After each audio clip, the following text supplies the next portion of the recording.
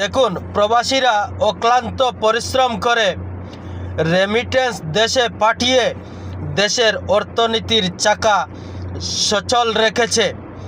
আর সেই প্রবাসীদের যাতায়াতের জন্য যেখানে টিকিটের মূল্য সীমিত করার কথা ছিল, সেখানে টিকিটের মূল্য দ্বিগুণ করেছেন আপনারা। যেখানে দেখা যায় বিভিন্ন দেশে যদি 2 টাকা ভাড়ে টিকিটের দাম, সেখানে বাংলাদেশে 10 টাকা বাড়ানো হয়। এরা সিন্ডিকেট করে এটা বাড়িয়ে দেয়। তাই আসুন, যে কোনো সময় প্রবাসীদের যে কোনো ফি সীমিত করতে হবে, কারণ এই প্রবাসীরাই বাংলাদেশের অর্থনীতির চাকা ঊর্ধ্বে রেখেছে, সচ্ছল রেখেছে।